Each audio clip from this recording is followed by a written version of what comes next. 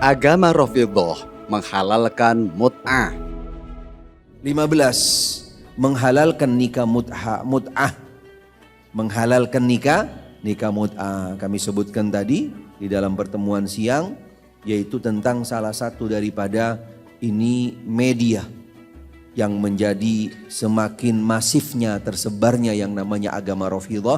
Mereka menggunakan beberapa metode-metode atau yaitu fasilitas-fasilitas, wasilah-wasilah seperti ini. Yang kami sayangkan, Bapak tidak membawakan satu dalil pun, yang ada hanyalah dongeng belaka. Apakah riwayat mut'ah itu ada di dalam kitab Muslimin?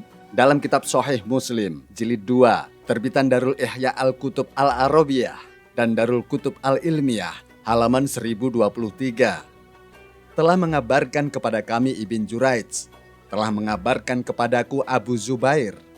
Dia berkata, aku pernah mendengar Jabir bin Abdillah berkata, kami melakukan mut'ah dengan mahar segenggam kurma dan gandum selama beberapa hari pada zaman Rasulullah SAW dan zaman Abu Bakar, sampai Umar melarangnya sehubungan dengan kasus Amr bin Hurais. Di dalam kitab Musnad Al-Imam Ahmad bin Hambal yang ditahqiq oleh Su'aib Al-Arnaud, jilid 23, terbitan Mu'assasah Ar-Risalah, cetakan pertama tahun 1998, halaman 306. Dari Jabir bin Abdillah, ia berkata, kami melakukan mut'ah pada zaman Rasulullah SAW, Abu Bakar dan Umar, sampai Umar melarang kami pada akhir masa kekhalifahannya, yaitu melarang tentang nikah mut'ah. Su'aib Al-Arnaud berkata, sanadnya sahih sesuai syarat Bukhari Muslim. Dengan riwayat yang terdapat dalam Musnad Ahmad, dapat menunjukkan bahwa Nabi SAW tidak pernah mengharamkan mut'ah. Terbukti bahwa sahabat Nabi SAW, yaitu Jabir bin Abdillah, telah mengakui sesungguhnya praktik nikah mut'ah itu masih dilakukan para sahabat dan kaum muslimin di zaman Khalifah Abu Bakar dan separuh dari masa kekhalifahan Umar. Dan riwayat ini sahih. Dalam kitab yang sama pada halaman 184, diriwayatkan dari Jabir bin Abdillah yang berkata, pada zaman Rasulullah SAW kami melakukan dua bentuk mut'ah, yaitu mut'ah haji, yaitu haji tamatu, dan mut'ah nisa atau nikah mut'ah.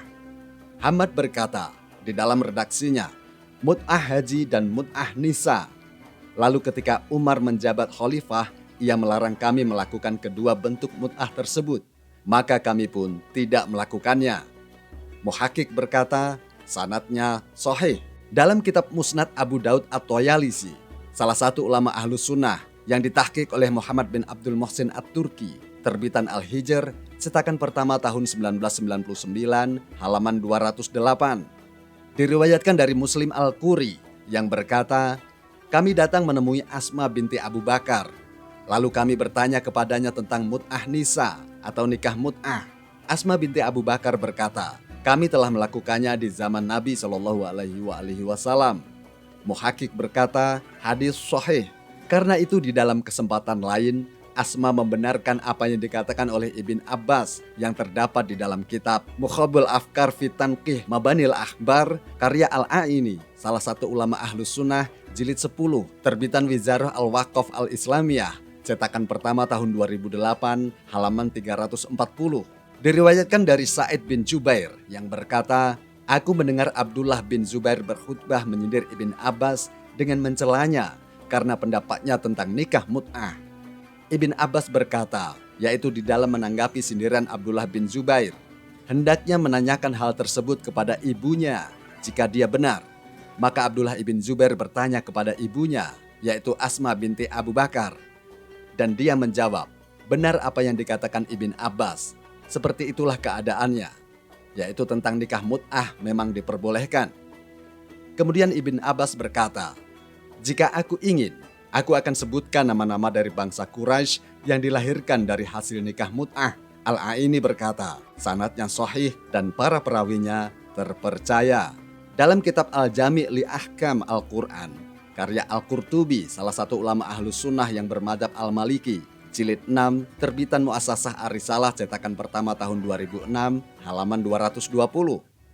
Al-Qurtubi menukil kalimat Abu Bakar At-Turtusi, tidak ada yang memperbolehkan nikah mut'ah kecuali Imran bin Husain, Ibn Abbas, sebagian sahabat, dan sekelompok Ahlul Bait. Dalam kitab At-Tamhid Lima fil Muwatta, karya Ibn Abdul Bar, salah satu ulama Ahlus Sunnah yang bermadzhab Al-Maliki, jilid 10, cetakan tahun 1981, halaman 111 dan 112. Ibn Abdul Bar berkata, adapun para sahabat, mereka berbeda pendapat tentang nikah mut'ah. Sedangkan Ibn Bas berpendapat boleh dan halal. Tidak ada perbedaan di antara ulama tentang hal itu, yaitu tentang pendapat Ibn Abbas. Dan kebanyakan sahabatnya pun berpendapat demikian. Di antaranya adalah Atha bin Abi Robah, Sa'id bin Jubair, dan Tawus. Juga telah diriwayatkan tentang kehalalan dan bolehnya nikah mut'ah dari Abu Sa'id Al-Khudri dan Jabir bin Abdillah. Dalam kitab Al-Mu'alla bil Athar, karya Ibn Hazm, salah satu ulama Ahlus Sunnah, jilid 9, terbitan Darul Kutub Al-Ilmiyah, cetakan pertama tahun 2003, halaman 129. Ibn Hazm berkata, telah tetap dihalalkannya nikah mut'ah oleh sekelompok salaf dari setelah wafatnya Rasulullah SAW.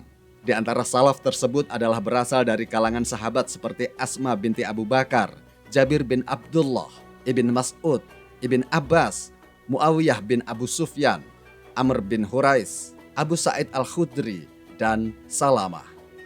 Pertanyaan kami kepada Bapak, bagaimana penilaian Bapak terhadap sikap para sahabat Nabi SAW yang masih menghalalkan dan membolehkan nikah mut'ah? Sekarang kami akan berikan hadiah untuk Bapak dari fatwa ulama yang Bapak ikuti. Dalam kitab Majmu' Fatawa karya Ibn Bas, salah satu ulama Wahabi, jilid 4, terbitan Darul Qasim Riyadh, cetakan pertama tahun 1420 Hijriah, halaman 29 dan 30. Nikah dengan niat untuk dicerai setelah beberapa waktu. Pertanyaan, saya mendengar ucapan dari salah satu rekaman kaset bahwa Anda telah menfatwakan nikah di negeri rantau di mana seseorang bermaksud untuk meninggalkan istrinya setelah masa tertentu bila habis masa tugasnya. Lalu apa bedanya nikah semacam ini dengan nikah mut'ah? Dan bagaimana kalau si wanita melahirkan anak? Apakah anak itu dibiarkan bersama ibunya yang sudah ditalak di negeri rantau itu? Saya mohon penjelasannya. Ibn Bas menjawab, benar, telah keluar fatwa dari Lajnah Daimah, yaitu lembaga keagamaan tertinggi di Kerajaan Arab Saudi, di mana saya adalah ketuanya, bahwa dibenarkan nikah dengan niat talak sebagai urusan hati antara hamba dan Tuhannya. Jika seseorang menikah di negeri rantau dengan niat bahwa kapan saja ia selesai dari masa belajar atau tugas kerja atau lainnya, ia akan menceraikan istrinya, maka hal itu dibenarkan menurut jumhur ulama, dan niat tolak semacam ini adalah urusan antara dia dan Tuhannya dan bukan dijadikan syarat nikah. Perbedaan antara nikah ini dan nikah mut'ah adalah dalam nikah mut'ah disyaratkan masa tertentu seperti sebulan, 2 bulan, setahun atau 2 tahun dan semisalnya. Jika masa tersebut habis, maka pernikahan tersebut berakhir atau gugur dengan sendirinya. Inilah nikah mut'ah yang batil itu. Tetapi jika seseorang menikah sesuai dengan sunnah Allah dan sunnah Rasulnya, tetapi dalam hatinya berniat untuk mentalak istrinya bila tugasnya berakhir di negeri rantau, maka hal itu tidak merusak akad nikah.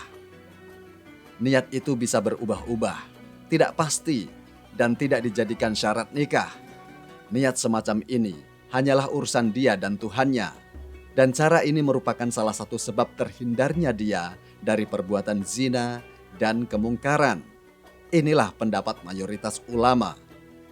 Kami serahkan kepada para pemirsa di dalam menilai fatwa tentang pernikahan semacam ini.